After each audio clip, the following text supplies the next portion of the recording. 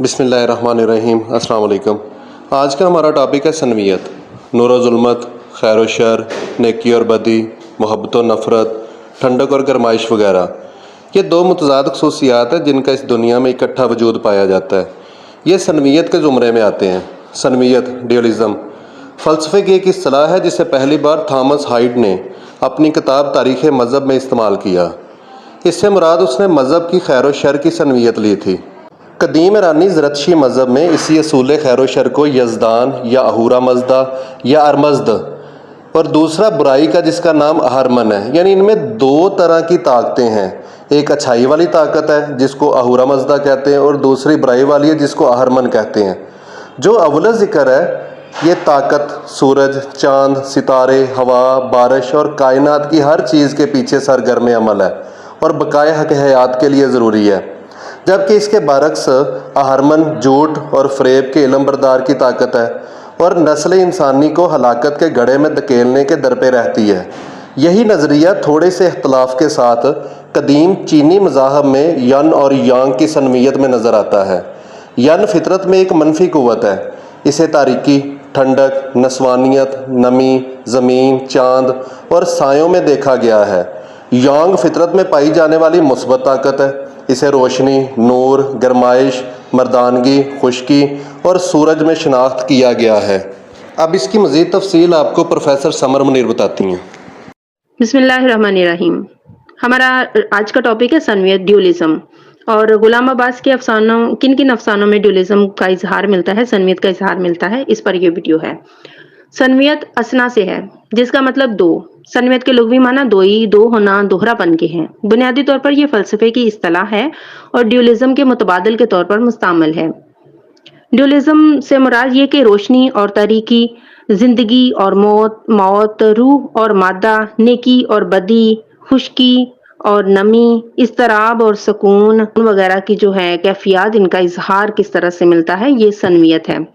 کائنات میں ہر جز میں دو مخالف قوتیں موجود ہیں، یہ کہنا ہے ڈاکٹر وزیر آغا کا اپنی کتاب اردو شاعری کا مزاج میں، کہ کائنات اور اس کے ہر جز میں دو مخالف قوتیں ایک دوسرے سے متصادم ہیں، یعنی اچھائی برائی کی، شر اور خیر کی جو ہیں وہ دو قوتیں ایک دوسرے کے متبادل چلتی ہوئی نظر آتی ہیں۔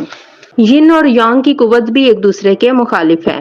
یہ ین اور یانگ، یہ اصطلاح جو ہے وہ چینی اصطلاح ہے۔ ین جو ہے وہ ایول ہے، یعنی نسوانیت، ٹھنڈ، نمی، تاریکی کے طور پر جو چیزیں لی جاتی ہیں ان کو ین مانا جاتا ہے اور اسے ایول یا نیگیٹو ایک قوت کے طور پر جانتے ہیں، اور جو گڈ اور اچھی قوت ہے وہ یانگ کے طور پر جانی جاتی ہے۔ روشنی، نور، گرمائش، سورج اور مردانگی کی جو اصطلاح ہے یہ ماننا، جس طرح ہم روشنی اور اندھیرا مانتے ہیں اسی طرح وہ ین اور یانگ کو مانتے ہیں۔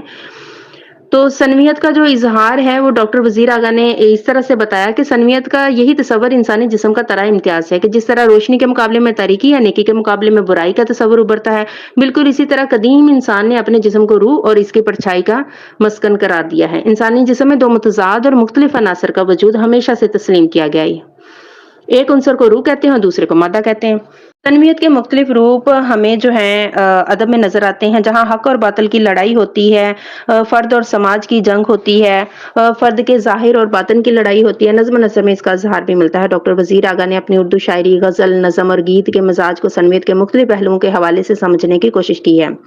غلام عباس کے افسانوں میں جو کردار ہوتے ہیں ان میں وہ سنویت کی اعلیٰ مثال ہیں۔ ان کے بعض افسانوں میں سنویت دو دو کرداروں میں مجسم ہوتی ہے، بعض دفعہ ایک ہی جسم میں دو دو کردار ان کے نظر آتے ہیں، جیسے اوور کوٹ میں ہم دیکھتے ہیں کہ اس کی ظاہری پرسونا کچھ اور ہے اور اس کا شیڈو جو ہے وہ اندر سے کچھ اور ہے۔ اس ضمن میں نون میم راشد لکھتے ہیں، سنویت کی بنا پر ہمیں غلام عباس کو اکثر کہانیوں میں ایسے دو دو کردار نظر آتے ہیں جو بڑی حد تک ایک دوسرے کے متوازی چلتے ہیں اور اس حد تک متوازی بھی نہیں چلتے کہ کبھی ایک دوسرے کا راستہ نہ کاٹیں۔ غلام عباس ایسے کرداروں میں بردہ فروش کے دو بڈھے کرم دین اور چودھری گلاب کا کردار، اس کی بیوی میں نجمی اور نسیم کا کردار، بھور میں بہار اور گل کا کردار۔ غلام عباس نے اپنے بعض افسانوں میں ایک ہی کردار کے اندر ظاہر اور باطن کی سنویت دکھائی ہے، جیسے اوور کوٹ میں کہ انسان کا خارجی چہرہ، اس کا پرسونا جو ہے وہ کچھ اور پرسنالٹی رکھتا ہے اور اس کا جو داخلی روپ ہے، شیڈو، اس کا باطن ہے، اس کا مطالعہ کیا جاتا ہے تو وہ کچھ اور نکلتا ہے۔ اوور کوٹ اس کی مثال ہے۔ اس کی بیوی میں ہیرو کی سنویت اس طرح سے دکھتی ہے کہ وہ روتا تو ایک عورت کے کندھے پر سر رکھ کے ہے، اور یاد وہ جو ہے اپنی بیوی، مری ہوئی بیوی کو یاد کرتا ہے، اور روتا وہ دوسری عورت کے کندھے پر سر رکھ کے ہے۔ اسی طرح ایک شعر ہے، شعر کسی کے ہجر میں کہنا اور وصال کسی سے، شعر کسی کے ہجر میں کہنا اور وصال کسی سے، ہم بھی کیا ہیں دھیان کسی کا سوال کسی سے۔ تو گویا متضاد کیفیات کا اظہار جو ہے وہ سنویت ہے۔ شکریہ۔